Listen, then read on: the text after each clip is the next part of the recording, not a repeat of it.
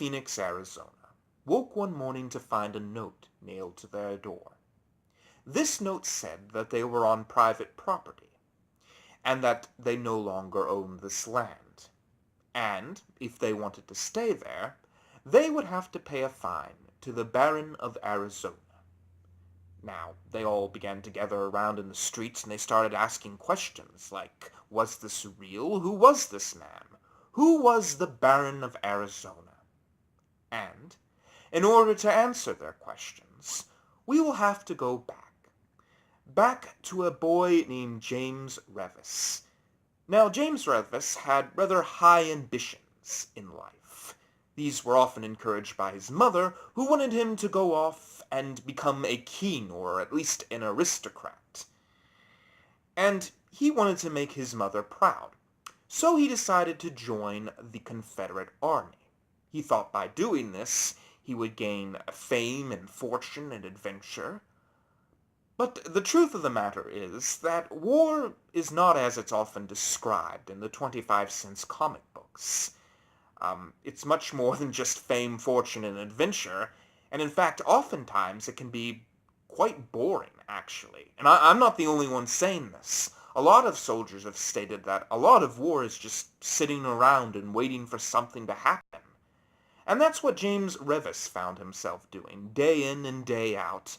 He would sit there and watch the raindrops fall down from his tent flap.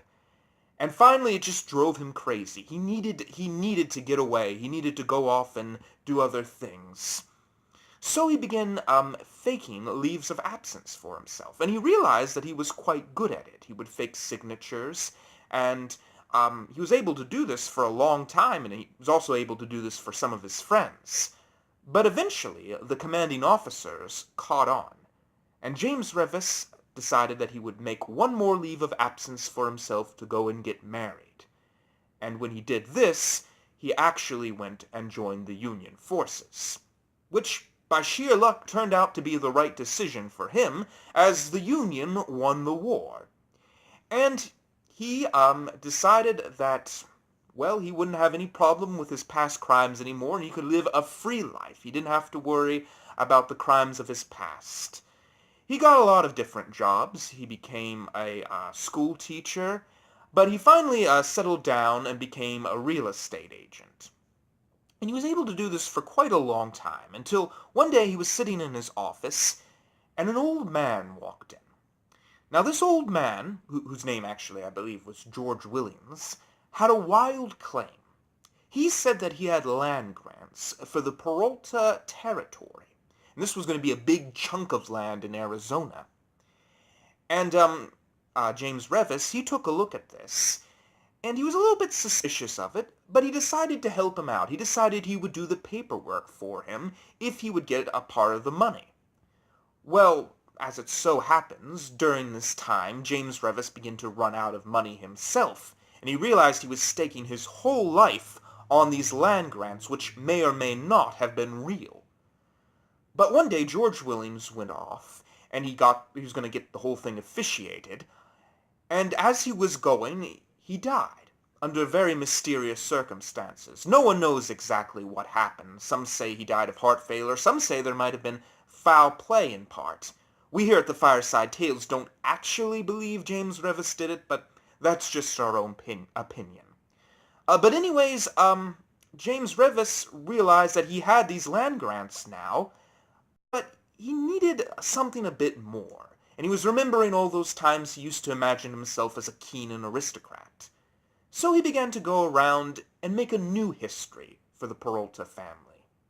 He began to state that they were a part of history from the beginning, since King Ferdinand.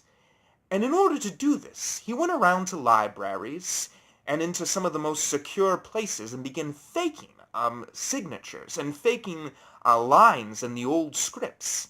And I can't stress enough how difficult this was to do. He would have to get by all the security. He'd have to go in there and be able to fake these things and get his hands on all these old manuscripts. And he would have to go around into different territories and find landmarks to make for the Peralta family. But eventually he got all of his stuff together, and he threw it down at the land surveyor's desk, and he said he was owed all of this land, that he was owned the South Pacific Railroad, and that he was owned the silver mines. And the land surveyor looked at this, and all these agents looked at it, and they weren't able to come up with anything wrong about it, and they had no choice but to turn it over to him, who was now the Baron of Arizona. He began going around and putting down things on people's doors, nailing them there, and saying they needed to pay him up money. And he got himself a mansion, he got himself servants, he would have fancy dinner parties, he could have whatever he desired. But he knew deep down that he needed something a little bit better than just land grants given to him by some guy named George Willings. He was going to have to make this truly official. So he found himself a penniless orphan. He went up to her one day, and he had a big smile on his face. And he told her that she was actually part of the Peralta family, that he had done his research and he knew it for a fact, and that she was owed quite a lot of money. Well, you can imagine how this girl, who was, I guess, her name was Sophia Peralta now, how she felt. This was like a Cinderella story for her coming as an orphan without any money or anything in her entire life, finding out that she was actually an aristocrat. So she began attending these fancy schools, and she ended up marrying James Reavis. And the two of them settled down, and they would enjoy the fanciest parties, and they had actually quite a lot of money at this point. It would be about $150 million in today's terms. And this went on for about as long as you would expect a fraud like this to last, about 12 years. Until finally one day the U.S. government came in and said that he needed to cut this out, that he needed to stop, and that he had no real claims to being the Baron of Arizona. So he sued them for $11 million. This was probably the worst decision of his entire life, as the U.S. government began to investigate this whole thing. And it wasn't an easy thing to prove, but even the best of tricksters can make one mistake.